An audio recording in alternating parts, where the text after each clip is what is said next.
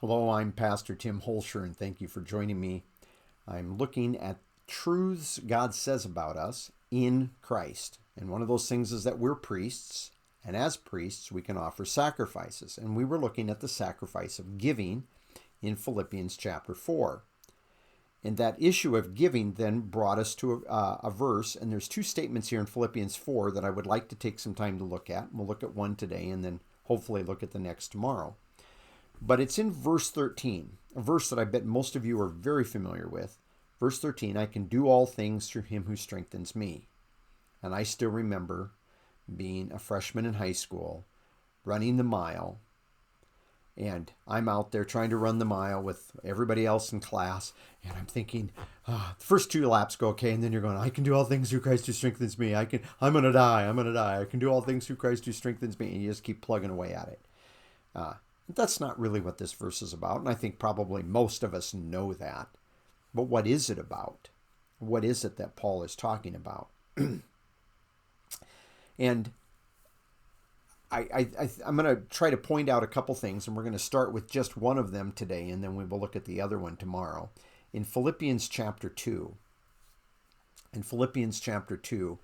and let's go back up to verse 12, he says, So then, my dear friends, just as you have always obeyed, not only in my presence, but now even more in my absence, work out your own salvation with fear and trembling.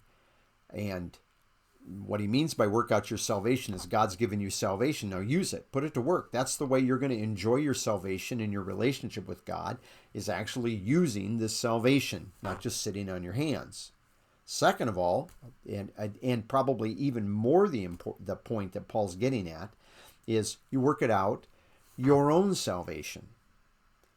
Because it's real easy for us to be looking at everybody else and go, well, they're not doing it right. I'm doing it right. And they're not doing it right. And we focus on everybody else. And so we're trying to work out their salvation. But Paul says, you work out your own salvation. That's a big task, just working on yours, just you living it out. Now, encourage other people to do theirs, but you need to be working yours out. And then he says in verse 13, for it is God who is working in you to enable you both to desire. He's the one that puts the desire in you. If you have good desires, they're from God. And to work out. So God is also the one that will work out that desire, his good pleasure. What you contribute that he doesn't mention in here, but obviously is implied, is you choose.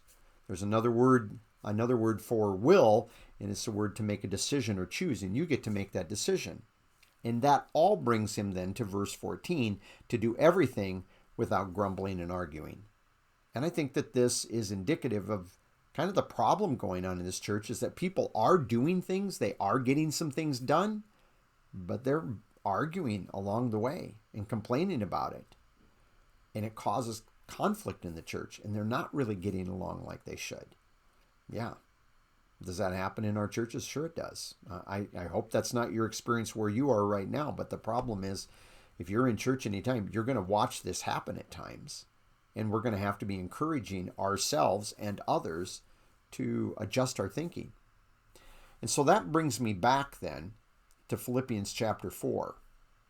Because I believe that this, and then the statement we will look at tomorrow, both of these come together to help us know how to get along, how to think about this. And so he says in verse 12, I, Paul, know both how to have a little and how to have a lot. In any and every circumstance, I've learned the secret of being content, whether I'm well-fed or hungry, whether in abundance or in need. In other words, Paul says, I know how both ways. How do you do that? Well, that brings him to verse 13. I am able to do all things through him who strengthens me. And this word that's translated able is the verb iskuo, and it means to be endowed with strength. In other words, this kind of goes back to the idea that we had over in chapter 2. God's the one that does a work in us, and he gives us the strength for the things he wants. He wants us to be able to be content. And how did Paul learn to be content? By just putting his mind to it. I can be content. No, because God gave him strength. And it wasn't strength in the arms or something like that. It wasn't strength in his back. It's strength in here. It's strength in the mind. Excuse me.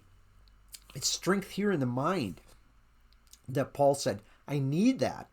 I need this strength so that I can do these things that God set before me. Being content is one of those things. If you're having a conflict with other believers, I don't know what that might be. I don't know, if it's somebody in your church or believers in a different place. You probably need to be relating to the strength that he gives you in Christ so that you can be strong enough to be content and get along and be able to operate without arguing and complaining. I don't think this is just an addition here at the end of this letter. This actually is using himself and his situation as an example of how they can get along, how they can actually experience this. I'd encourage you as a believer, think about this. Think about whether you're getting this strength in who you are in Christ so that you can be content. And when you're doing that, you'll be able to have a good day in the Lord. Thank you for joining me.